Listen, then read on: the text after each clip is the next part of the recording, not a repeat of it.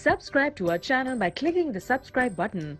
Click the bell button and enjoy the latest uploads from our channel. 10 disturbing facts you didn't know about Munchausen syndrome by proxy. Munchausen syndrome by proxy, MSBP, also known as factitious disorder imposed on another, is a psychological disorder in which a caregiver fakes or induces medical symptoms in a person under her care.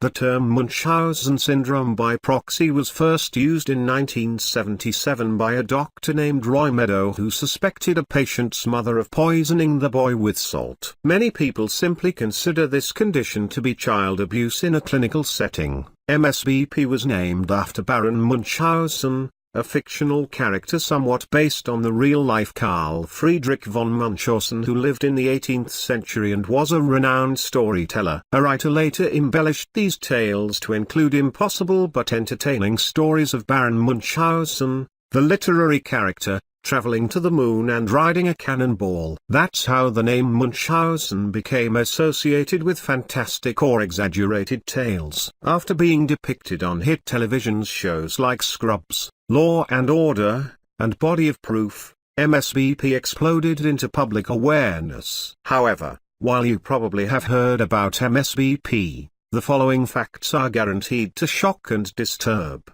Number 10. The victim is not always a child. MSBP is often assumed to be abuse of a child by the child's parent, or parents. Sometimes, this is not the case. MSBP can also take the form of an adult child or friend harming or feigning illness in an elderly person for whom they are a caregiver. Medical professionals N.J. Smith and M.H. Ardern described a case in which a 69-year-old male was repeatedly brought to the doctor for an extensive list of constantly changing symptoms. The individual bringing him to doctors and hospitals was a 55-year-old female friend of the patient. Within a period of 4 years, the patient had gone to 14 different specialty medical units and visited multiple GPs.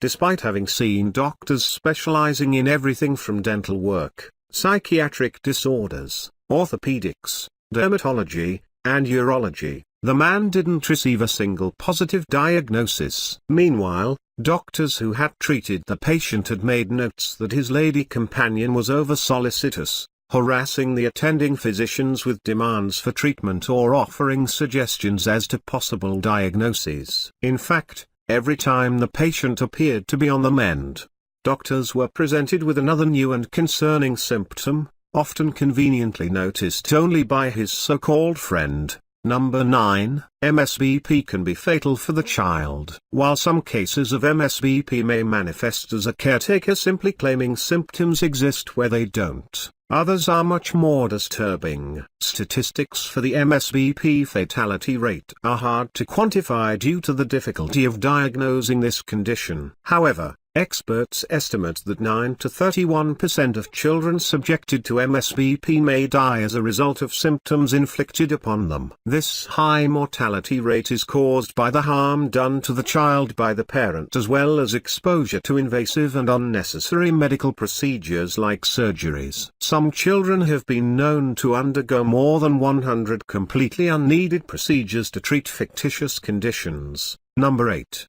The abuser is usually the mother. Most of us think of mothers as nurturers, a source of constant protection in their children's lives. Not so true when a mother suffers from MSBP. This disorder can be hard to diagnose because the caregiver typically appears to be deeply concerned about the victim's health. This makes it hard for doctors to get accurate data and statistics for the condition. However, the medical community agrees that MSBP is much more common in females. In at least one study, the percentage of victims abused by their mothers was estimated to be between 90 to 98%. Another study found that 1% of all children with asthma had been subjected to MSBP. Still another found 5% of the children they studied with food allergies had also been subjected to MSBP. In both cases, the mother was overwhelmingly the person with MSBP. Number 7. We don't know what causes MSBP. Although doctors have many theories as to why a mother would make her child sick or falsely report that he is,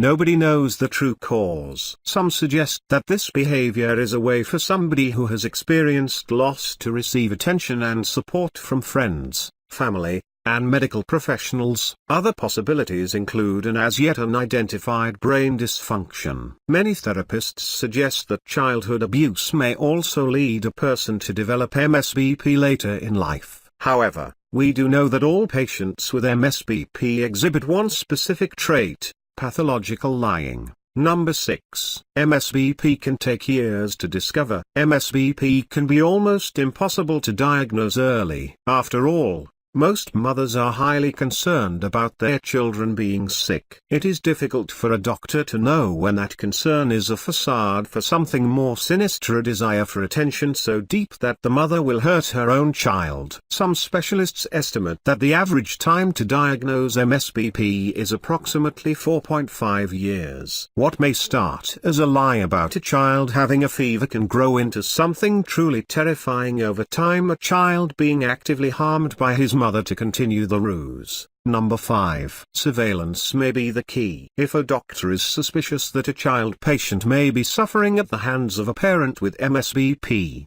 what options are available? Parents with MSBP are known to falsify results of lab tests or interfere with samples given by their children. They seem concerned about their child's welfare to the point of being overbearing. Unfounded accusations are certainly not the best option. Sometimes, the best option is video surveillance. Numerous cases exist where a doctor, suspicious of a parent but not certain enough to act, has been able to gain proof through use of covert surveillance cameras. Such cameras have recorded parents intentionally suffocating, poisoning, strangling, and even fracturing the bones of their children. Of course, there are privacy concerns associated with video surveillance of a child without his parents' permission. Sometimes, though, the ends may justify the means if the life of an abused child can be saved. Number 4. One is not always enough. We know that MSBP can be difficult to diagnose, usually taking years. Even more disturbing is this: children who are abused by a parent diagnosed with MSBP often have deceased siblings. In one study,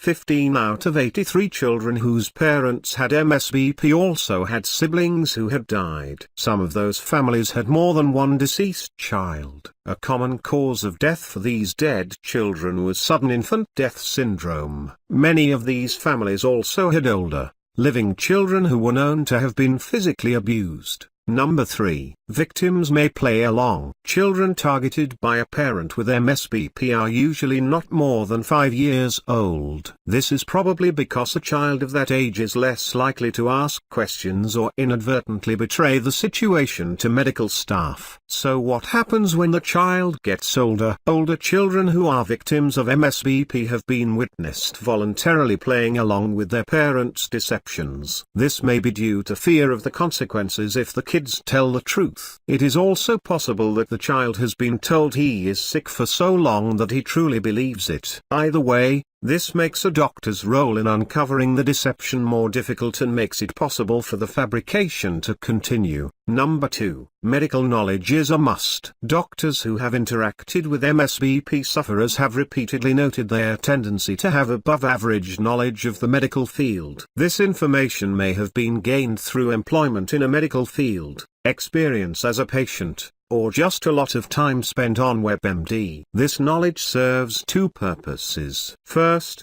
the mother appears to have done her homework and is furthering the appearance of her extreme concern for the child. Second, the mother is able to draw on this information to create or mimic symptoms that keep the child unwell and evoke more sympathy. In 85% of the MSBP cases researched in one study, one or both parents of the child in question had some level of training in healthcare or childcare. Number 1. Like mother, like child. Some research shows that a child who survives abuse inflicted by a parent with MSBP may repeat that abuse on his or her own children later in life. One possible reason is that children may learn that positive attention can be gained when they or someone close to them is sick. In fact, the more unwell a person is, the more attention and sympathy they may receive. This can manifest in the child continuing to feign illnesses in themselves as they grow older to feed their emotional needs. When they finally have children of their own,